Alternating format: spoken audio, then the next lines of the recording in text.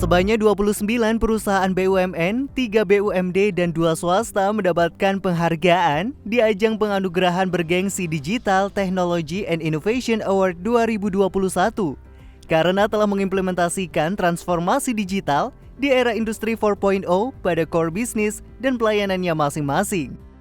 Baik, terima kasih pertanyaannya.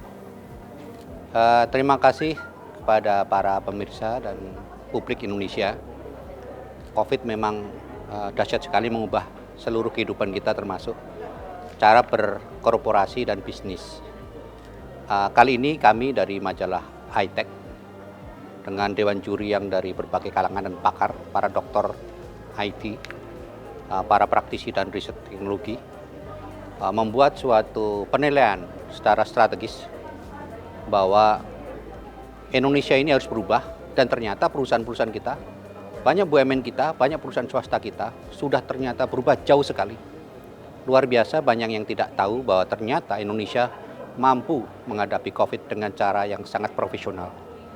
Banyak dari mereka sudah pada level maturity IT di level 4. Artinya, di dalam perusahaan itu, mereka sudah menerapkan teknologi IT yang sangat canggih, termasuk mungkin artificial intelligence, data security, dan juga data center yang sudah terkoordinasi dalam suatu cloud computing yang canggih. Saat ini, waktunya membuktikan implementasi dari transformasi digital sebagai penyelamat ekonomi, bisnis, dan pelayanan masyarakat. Yang sudah didominasi 60-70% milenial, cepat berubahnya. Tapi yang di bawah 50% sudah berubah tapi kurang cepat. Jadi ternyata syaratnya adalah ada tipping point namanya. Tipping point di atas 50% itu cepat sekali akselerasinya. Karena sudah anak-anak muda ya muda 30 tahun ke bawah lah. Jadi yang pikirannya luar biasa maju dan inovatif dan kreatif. Nggak hanya sekedar dia muda tapi kreatif inovatif. Sekarang kalau mau masuk perusahaan-perusahaan yang top kelas ini, yang antri ribuan yang diterima cuma puluhan. Oleh karena itu banyak sekali startup yang baru yang mungkin insya Allah menjadi unicorn atau decacorn akan muncul dalam tahun-tahun ini.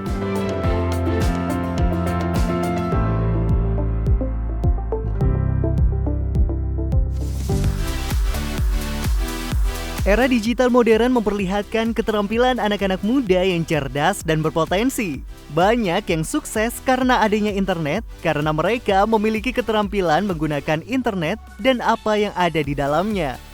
Aku dari kecil tuh pedagang, cuman waktu aku memasarkan dagangan itu aku punya problem bagaimana aku nggak pakai modal tapi bisa berdagang. Nah disitulah aku melihat namanya social media. Oh berarti social media itu adalah teknik perdagangan di masa depan. Jadi aku benar-benar menseriusi social media dan dari semua social media yang aku lihat, dari yang aku bukan hanya prediksi atau kayak meramal, tapi memang lihat perkembangan zaman, aku melihat kalau YouTube ini akan menjadi sosial media dengan engagement tertinggi, dengan fanatismenya juga lebih tinggi daripada sosial media yang lain. Atta dulu sempat jatuh bangun membangun bisnis dan citra diri di YouTube. Kini dia mampu membantu sesama dengan membuka lapangan kerja. Setiap bulan itu aku buka lowongan kerja banyak ya. Jadi mas-mas ini nanti kalau ada kemampuan khusus yang keren-keren milenial boleh ngelamar ya. Karena tiap bulan saya ngebuka. Saya ngebuka tiap bulan dengan job yang berbeda-beda karena saya bikin sesuatu yang mau berkembang terus. Dan gak bisa dibilang YouTube itu dibilang kecil enggak, dibilang gede banget juga enggak.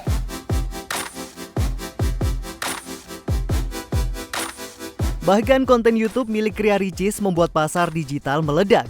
Dan channel utama Ricis Official telah meraih sekitar 24 juta subscribers. Awalnya aku cover, terus aku ada challenge segala macam. Kemudian kemarin lagi banyak-banyak yang mainan, aku coba buat mainan karena emang suka anak-anak, udah suka mainan. Booming, banyak yang suka, akhirnya aku lanjut. Kemudian kan aku juga harus ngelihat ke depan ya. Orang-orang apa sih sukanya, kan nggak mungkin kita stuck di mainan, terus kita butuh inovasi, kita butuh sesuatu yang baru, akhirnya kita kembangin dan kita harus berani keluar dari zona nyaman. Akhirnya kita bongkar dan kita mulai tahun kemarin sih, awal tahun 2019 kita nyatakan kita berhenti di konten mainan, kita bahas yang lain.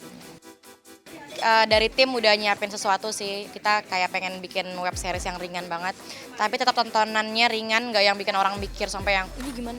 Pokoknya ringan, karena tadi Atta juga udah bilang ya, 70% penonton YouTube di Indonesia itu butuh sesuatu yang menghibur, yang ringan dan yang nggak bikin mikir sama sekali. Jadi memang kita tuh bikin yang ringan banget.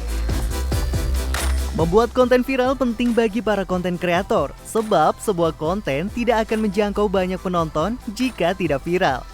Sebenarnya selalu berubah-berubah intinya kan. Jadi kayak setiap kadang-kadang tiap tahun ada zaman-zaman misalnya pas lagi Ramadan apa sih yang lagi ngetren, akhir tahun apa yang lagi ngetren. Sekarang lagi presidential debates yang selalu yang trending yang muncul dari berita-berita gitu ya. Jadi sebenarnya kalau dari kita memang kita lihat trending itu selalu berubah dan nggak ada kayak apa sih yang selalu trending itu apa, nggak ada gitu.